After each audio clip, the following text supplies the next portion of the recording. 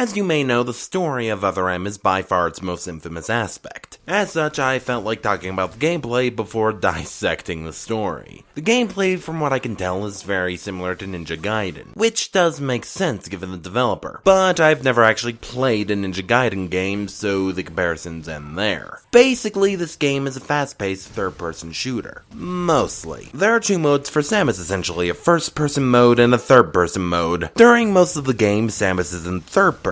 By pointing the Wii Remote at the screen, one can enter a third-person mode. You cannot move while using said mode. What you can do is lock onto enemies and fire missiles. This is the only way to fire missiles, by the way. Honestly, I'm not a fan of this first-person gimmick. The lack of movement can make it more frustrating to use than anything. Really, the only way to use it is to point at the screen, fire a missile quick, and then immediately switch back. Missiles are far less versatile than they once were. Now on to the third-person gameplay. You control the game using only the Wii Remote. You move Samus with the D-pad and you shoot with 2. And yes, using the D-pad to move in a game like this does hurt your thumb after a bit. And while the basic enemies can be taken down rather effectively with them, they're not really useful against anything tougher. You can also move as a morph ball. Typically, you use the morph ball when going through tunnels. You can, of course, fire bombs as well. A new mechanic for this game is something called Sense Move. Basically, if you press a direction on the D-pad right before an enemy hits you, you can dodge it. And boy, can this be spammed. Also, there are some enemies that can be stunned, and you can essentially run right into them for a takedown. And this is the most efficient way to take down certain enemies. Most of the time, though, I relied on my charge beam to kill enemies, even bosses. And the use of the charge beam is further encouraged by the sense move fully charging your charge beam. There is also another new mechanic called concentration. When you are low on health or missiles, you can hold the Wii Remote vertically and stand still for a certain amount of time to replenish them. I think hardened missiles grow. The missiles are easier to replenish than health because you don't have to stand still as long. Because of concentration, though, the enemies no longer drop items. Now, as for the upgrades. You no longer find said upgrades, but rather they are more or less granted to you. I'll discuss the specifics more when I talk about the story later, but yeah, aside from 2 upgrades you get for beating bosses, the game just gives you the upgrades. Overall, this game is very linear, even more so than Fusion. While in both this game and in Fusion, there were objective markers leading you to where you need to go next. Other M more or less railroads you along a particular path. Progressing through this game often means going through a set of hallways until you reach the next save point. Rinse and repeat. Fusion, while having a linear path, you are often left to your own devices on how to achieve a certain objective. In Other M, you just go from room to room. Anyway, let's talk about the upgrades. There's the Diffusion Beam, which is one of the 2 new upgrades. Basically, it causes your charge beam to diffuse upon contact, and as such, it's able to hit multiple enemies. There's the Varia Suit, which is heat resistant and reduces damage from enemies. There's also the Gravity Suit, which negates gravitational effects and lets you walk underwater as quickly as you would out of water. There's also the Ice Beam, which lets you freeze enemies.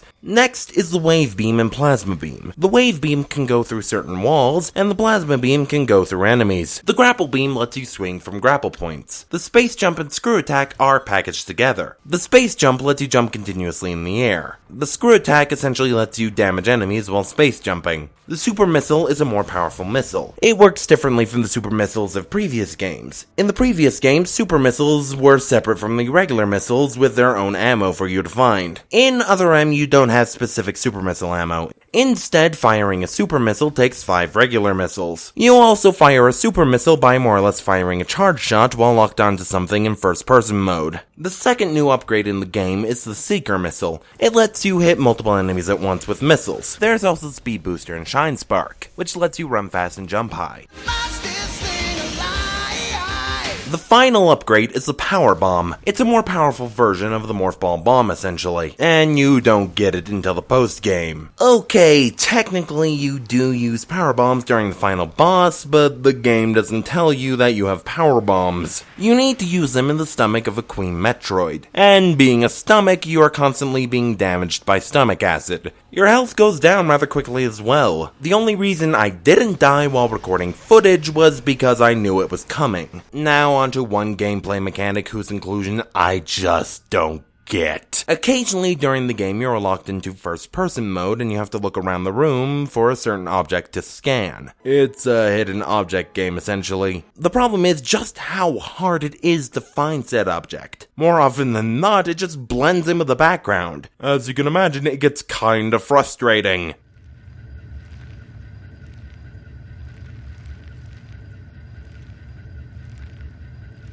Where the fuck is it? So, overall, what is my opinion on the gameplay? While it's not a train wreck, it's not something I'm really ecstatic about. You rely heavily on the charge beam and sense move throughout most of the game. While later you may begin to use something like the screw attack to get rid of certain enemies, you still use the charge beam quite a bit.